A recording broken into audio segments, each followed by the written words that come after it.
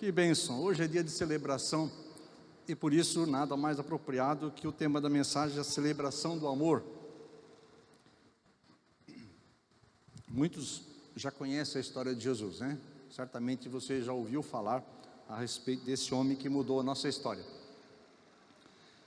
Esse indivíduo, ele nasceu numa família trabalhadora, pessoas simples, gente de bem, que amava a Deus. E avaliando um pouco a história de Jesus, né? Ele desde a infância mostrou obediência aos pais, ele cresceu saudável fisicamente e determinado em seu espírito, desde pequeno. Ele demonstrava amor pelas pessoas, ele era justo, misericordioso e paciente. Ele era dedicado nas questões espirituais, ele era inteligente, era criativo, e as suas personalidades se assemelhavam ao pai.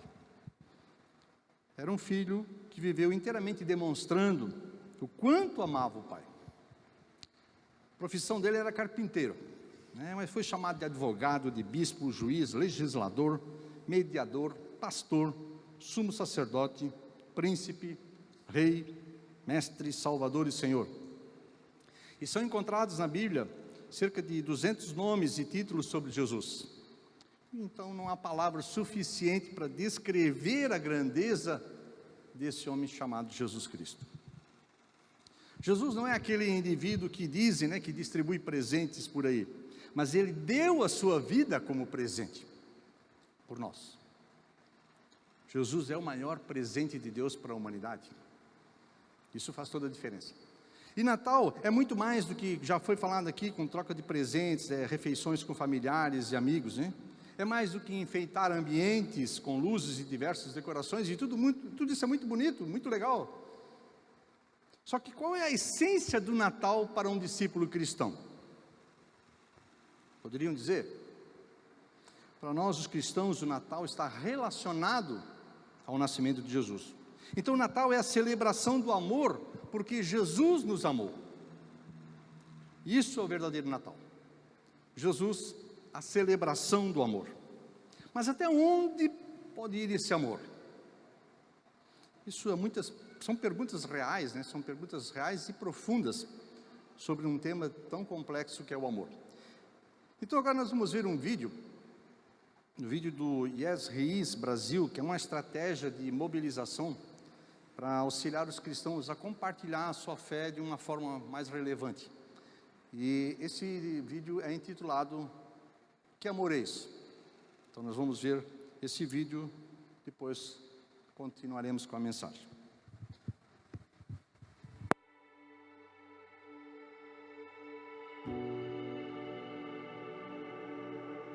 Por quanto tempo devemos vagar para encontrar o nosso significado, para manter aquilo que nos resta? Amor, já ouvimos em sua forma mais completa.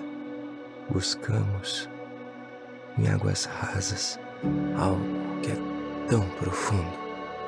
Sentimos o calor do carinho, o brilho quente de ser visto. E ainda assim, esperamos uma expressão que convença, onde a paixão e o romance falham, onde a dor abraça a beleza. Amor, como o bebê no ventre, respirando ainda por nascer, abrigado em carinho, uma nova esperança. Como o pai, ao lado do filho, enquanto as ondas quebram na praia, uma vida levada à plenitude, protegida da tempestade. Como o garoto que aprende a carregar aquela que o carregou primeiro, que segura sua mãe como um tesouro, como um dever e recompensa. Eu ouvi uma história, palavras antigas, recontadas, de um homem, à face do amor, que escolheu a morte no lugar de tronos. E ali o amor em sua totalidade, exposto em sacrifício, no dia em que Jesus Cristo, o Filho de Deus, morreu em meu lugar. Um amor que nunca tem fim é dado quando um homem entrega a sua própria vida por um amigo.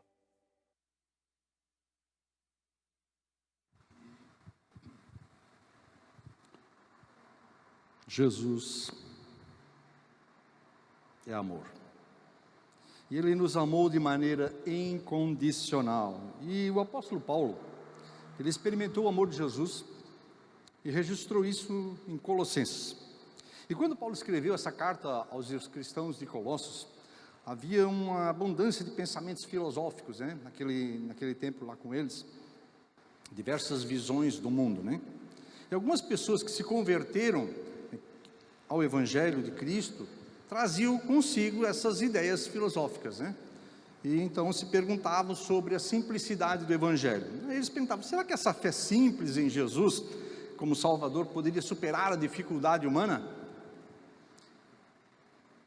Talvez, mas será que seria necessário dar uma acrescentada em alguma coisa a mais para compreender a divindade? Nós cantamos aqui, Rei das Nações, né? Esse Jesus é Rei. Quem não temerá esse grandioso nome? Só não temerá quem não conhece. E lá em Colossenses o Paulo mostra que Jesus é muito mais do que um carpinteiro, é muito mais do que um homem simples. Ele fala da grandeza do Salvador Jesus, colocando por terra toda a filosofia humana. Então, vamos ler o texto de Colossenses 1, de 15 a 20, vai aparecer provavelmente aqui na tela, está aparecendo para você em casa, se você quiser abrir a sua Bíblia aqui e acompanhar. Colossenses 1, do versículo 15 ao 20. Ele é a imagem do Deus invisível, o primogênito de toda a criação, pois nele foram criadas todas as coisas nos céus e na terra, as visíveis e as invisíveis, sejam tronos ou soberanias, poderes ou autoridades, todas as coisas foram criadas por Ele e para Ele. Ele é antes de todas as coisas e nele tudo subsiste. Ele é a cabeça do corpo, que é a igreja. É o princípio e o primogênito dentre os mortos, para quem tudo tem a supremacia, pois foi do agrado de Deus que nele habitasse toda a plenitude, e por meio dele reconciliasse consigo todas as coisas, tanto as que estão na terra, quanto as que estão nos céus, estabelecendo a paz pelo seu sangue derramado na cruz. Querido Deus, muito obrigado por esse tempo tão precioso de celebração do amor que é Jesus, e a Tua Palavra mostra isso com tanta clareza. Por isso dá-nos essa clareza e esse entendimento, de experimentar em nosso coração a celebração desse amor contínuo, constante. E te louvamos pelo privilégio de podermos trazer à tona aí a nossa mente a simplicidade da Tua Palavra e a grandeza do Teu Filho Jesus. Amém. Então o verso 15 diz: Ele é a imagem do Deus invisível, o primogênito de toda a criação. Então, enquanto alguns defendiam filosofias humanas e questionavam, a simplicidade do Evangelho de Jesus, o Paulo defendia o caráter glorioso de Jesus, porque ele já tinha experimentado a redenção do Salvador. Então Jesus é a imagem de Deus, porque Ele é um representante perfeito e não apenas semelhante a Deus. Deus é amor e Jesus é o amor encarnado. Jesus foi gerado por Deus antes de toda a criação, antes de tudo. E justamente por isso, veja o verso 16, diz o texto: pois nele foram criadas todas as coisas, nos céus e na terra, as visíveis e as invisíveis, sejam tronos ou soberanias, poderes ou autoridades, todas as coisas foram criadas por Ele e para Ele. Então Jesus não está incluído nas coisas criadas por Deus, mas Ele foi gerado como o Filho do amor de Deus. Deus se revelou no Filho. Aleluia, nós cantamos agora, louvor e honra ao nosso Deus, todo jeito se dobrará, toda língua confessará. Mas que bom que a gente pode fazer isso agora. Não será um reconhecimento tardio, mas um reconhecimento da grandeza de quem é esse Jesus, o Salvador. Então todas as coisas foram criadas por Jesus, sendo Ele o agente principal da criação. As coisas que nós conseguimos enxergar, vendo elas a beleza da criação, como também aquelas que a gente não vê no mundo espiritual, tudo foi criado por Jesus. E nesse mundo espiritual que a gente não vê, sejam tronos, né? Como o texto diz ali, ou soberanias, poderes ou autoridades, existe uma hierarquia de poder bem definido. Mas em Jesus existe uma grandiosa autoridade espiritual. Nele está todo o poder.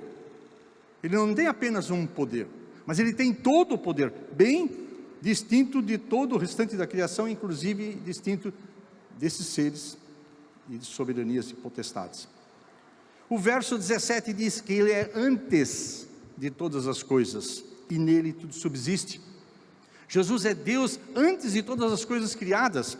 Nele está condicionada toda a existência do universo e nele a existência das coisas é mantida em equilíbrio. Jesus está no controle, né? Por isso, tudo está em equilíbrio. E esse texto, versículo 17, ele fortalece a ideia de que Jesus é o centro da fé. Jesus deve ser em nós, antes de qualquer coisa. Jesus deve ser prioridade na vida de qualquer pessoa que se diz cristão. E ser prioridade significa ter uma importância real e verdadeira em nossa vida. Não ser lembrado apenas no Natal, porque até essa data é simbólica, né? Verso 18 diz: Ele é a cabeça do corpo, que é a igreja. É o princípio e o primogênito dentre os mortos, porque em tudo tem a supremacia. Ele está em íntima comunhão com a igreja. E Jesus é o único mandante da igreja. O Senhor absoluto. Jesus é o líder máximo da igreja, do cristianismo. Sem essa liderança, sem esse comandante, não existe vida cristã. Sem a presença viva de Jesus, é só religião fria e vazia. Jesus é o princípio desde a eternidade. Ele é o primogênito da ressurreição. Jesus é o primeiro e único a vencer a morte e nos dar a vida eterna. Então é por isso, e muito mais, irmãos, que Jesus deve ocupar o primeiro lugar em nossa vida. Queridos irmãos, a igreja da igreja, Jesus, só Ele tem a supremacia. E o que é isso? Significa que Jesus é superior a todos nós, a todos os cristãos, inclusive a todos os líderes cristãos, por mais bem capacitados que possam ser. Podem dizer que tem todos os dons, mas não se compara a Jesus. Só Jesus tem toda a autoridade e poder supremo. Então Jesus tem supremacia também na sabedoria e no conhecimento, porque Ele é fonte de todo o poder, de toda a sabedoria e de qualquer conhecimento. Por isso que cai por terra toda a filosofia humana e toda a sutileza humana não se compara à sabedoria de Jesus. O verso 19 diz: pois foi do agrado de Deus que nele habitasse toda a plenitude.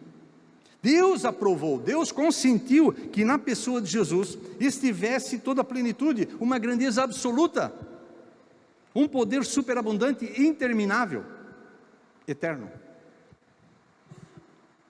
Deus determinou que em Jesus, e somente nele, a divindade habitasse como se fosse um templo. Jesus é o Senhor da igreja, porque nele está a plenitude dos atributos divinos, e pelo que Ele fez, Ele tem todo o direito de governar a igreja. E no verso 20, diz que, e por meio dele, por meio de Jesus, reconciliasse consigo mesmo todas as coisas, tanto as que estão na terra como as que estão no céu, estabelecendo a paz pelo sangue derramado na cruz. Então Jesus é o único que nos reconciliou com Deus. Só Ele é o caminho para Deus, através do seu sacrifício na cruz. A redenção, a libertação do pecado e da morte eterna tem implicações tanto na terra como no céu, ou seja, nesse mundo e naquele que virá. Jesus ensinou sobre o reino, Ele formou líderes, Ele curou, Ele libertou, Ele expulsou demônios, Ele fez muitos milagres. Ele amou, Ele morreu, Ele ressuscitou, Ele subiu aos céus, Ele está vivo e voltará. Então deixe o seu espírito, não ser cheio do espírito natalino, mas ser cheio da plenitude do amor do Salvador Jesus, porque só Ele sabe o que você precisa, porque Ele conhece você na intimidade. Só Ele pode transformar um problema numa bênção. Creia e receba então a amorosa presença do eterno Salvador e Senhor Jesus, porque eu creio que o amor de Jesus é o maior poder do universo, e Ele está atuando na igreja, mas na vida daqueles que creem. Jesus é aquele que ama incondicionalmente, Ele está sempre presente em qualquer situação. De novo, no controle, Jesus está. Então Jesus é muito mais que um carpinteiro, Ele é muito mais que um amigo, Ele é muito mais do que um irmão, Ele é o único Salvador do Senhor. Esse é o verdadeiro Natal, irmãos. Ter a presença de Jesus a cada dia. Então viva com Ele e celebre o amor em Jesus. Faça a diferença nesse Natal, nas reuniões de família. Fale sobre o verdadeiro Natal. Fale do significado da vida em Jesus. Celebre o amor verdadeiro em Jesus. Amém? Curve sua cabeça, vamos orar ao Senhor. Querido Deus e Pai, te agradeço pelo privilégio de ver a mão do Senhor agindo na vida da tua igreja. Estamos para concluir mais um ano de tantas palavras de estímulo, de exortação, palavras de amor do teu coração. E chegamos próximos ao final do ano, sabendo que o Senhor, de fato, deve ser engrandecido, não apenas numa data comemorativa, simbólica, mas ser reconhecido a cada dia. E que privilégio é esse, Senhor, que podemos celebrar o amor em Jesus. Desperta-nos a cada dia, Senhor, no nosso coração, independente das circunstâncias em que estaremos vivendo, mas que possamos celebrar o amor de Jesus, celebrar a tua vitória na cruz, celebrar a proposta e a esperança da vida eterna. Te louvamos por esse presente que o Senhor nos deu, a tua vida, e que nos conduz à vida eterna. Abençoa a tua igreja, Senhor. Continua também abençoando o decorrer da programação desse culto, e que tudo seja feito para engrandecer e glorificar o teu nome. Amém.